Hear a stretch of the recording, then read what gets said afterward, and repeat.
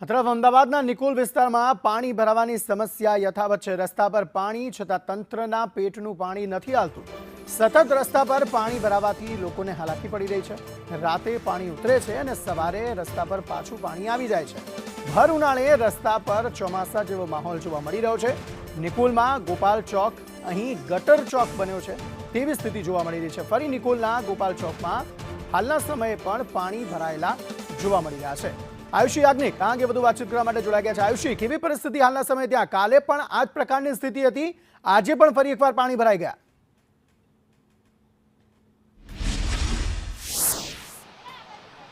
બિલકુલ અંકિત, અમદાવાદના નિકોલ વિસ્તારનો ગોપાલ ચોક જાણે કે ગટર ચોક બની ગયો હોય તેવી સ્થિતિ સર્જાઈ છે। કારણ કે જોઈ શકાય છે કે અહીંયા ગટરના ગંદા પાણી છે કે જે રોડ રસ્તા પર એ હદે ફરી વળ્યા છે કે એક નજરે જોતા એવું લાગે કે આ વરસાદ બાદની પરિસ્થિતિ છે। વરસાદ બાદ જાણે કે વરસાદી પાણી ભરાઈ ગયા હોય તે પ્રકારે અહીંયા ગટરના ગંદા પાણી ભરાઈ ગયા છે। અહીંયાથી લોકો મહા મુસીબતે અવર જવર કરી રહ્યા છે। તંત્રને એક નહીં બે નહીં પરંતુ અનેક રજૂઆતો કરવામાં આવી છે।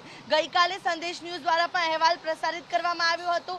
જે વોટર કમિટીના ચેરમેન હતા તેમને સવાલો કરવામાં આવ્યા હતા। જે પ્રકારે તેમણે જે જવાબો આપ્યા હતા કે આ કામ ચાલે છે, ડ્રેનેજની કામગીરી ચાલે છે, પરંતુ જે રીતે બાંહેધરીઓ તો આપવામાં આવે છે તંત્ર તરફથી કે આ સમસ્યાનું નિવારણ લાવવામાં આવશે, પરંતુ વહેલી સવારે અધિકારીઓ આવ્યા, માત્ર તપાસ કરી અને તપાસ કરીને તે લોકો અહીંયાથી ચાલ્યા ગયા। જેવા જ 11 વાગ્યાની આસપાસ જ્યારે આ ગટરના પાણી ઉભરાવાની શરૂઆત થઈ ગઈ ને તરત જ અધિકારીઓ અહીંયાથી ગાયબ થઈ ગયા, જેને લઈને સ્થાનિકોમાં પણ એક પ્રકારનો રોષ પણ જોવા મળી રહ્યો છે। જે દુકાનદારો છે તેમની સાથે પણ વાતચીત કરીશું કે જે દુકાનદાર અહીંયા દુકાન ચલાવે છે તેમની કેવી પરિસ્થિતિ છે।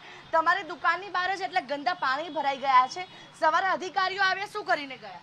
આ અમારે 20 દિવસીય પ્રશ્ન છે। કોઈ પણ જાતનું કોઈ વસ્તુ કોઈ જાણવામાં નથી આવતું, ગમે એને ગમે એ કહે છે, કોઈ ધ્યાન દેતું નથી। અને આ 20 દિવસથી આ પ્રશ્ન છે। અધિકારી ગમે ત્યારે આવે ત્યારે આવીને વયા જાય છે, પણ કોઈ જાતનું કોઈ આનું પગલું લેતા નથી। અચ્છા, સવારે જે અધિકારીની ટીમ આવી હતી શું કરીને? એ સવારે અધિકારીની ટીમ બધી આવી હતી, સાનમુની સીધી લીટીમાં જોઈને વહી ગઈ, થઈ જશે એવું બારનું દિન વહી ગયા, કોઈ વસ્તુ કાંઈ થાય એવું છે નહીં। બિલકુલ, અન્ય પણ સિનિયર સિટીઝનો પણ છે। બા, અહીંયા ઘરમાંથી બહાર નીકળવું તો અત્યારે મુશ્કેલ બન્યું છે। પાન વૈનાની મુશ્કેલી છે, બહુ છે મુશ્કેલી, ગંધાય છે અને છોકરા બીમાર પડે। નિશાળે કેમ મૂકવા જવાનું, તેડીને મૂકવા જઈએ તો અમારા પોઝિશન તો જવો તમે જોઈને વૈયા જાવ છો, પણ કાંઈ આનો બિલકુલ અન્ય પણ છે, લોકો સાથે વાતચીત કરીશું। કાકા, કેવી પરિસ્થિતિ છે? એ આ બધા અધિકારીઓ પૈસા ખાવામાં ગ્લિન્ડરના દીકરાઓ છે, બીજું કાંઈ નહીં। સવારે અધિકારીઓ પણ અહીંયા આવ્યા હતા, શું કરીને આવ્યા હતા ખાલી જોઈને વયા ગયા છે।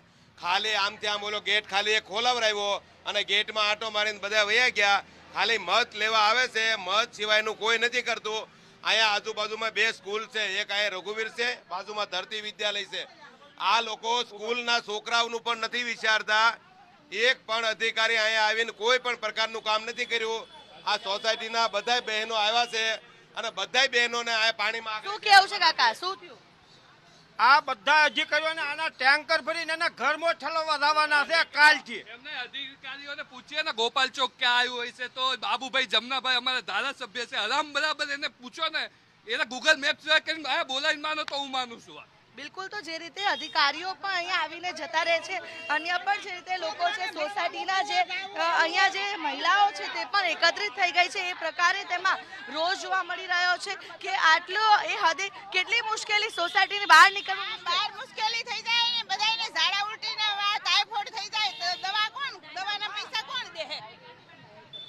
બિલકુલ, શું કેવું છે, કેટલી મુશ્કેલી? બહુ, અત્યારે એક્ઝામ ચાલુ છે છોકરાઓની સ્કૂલે।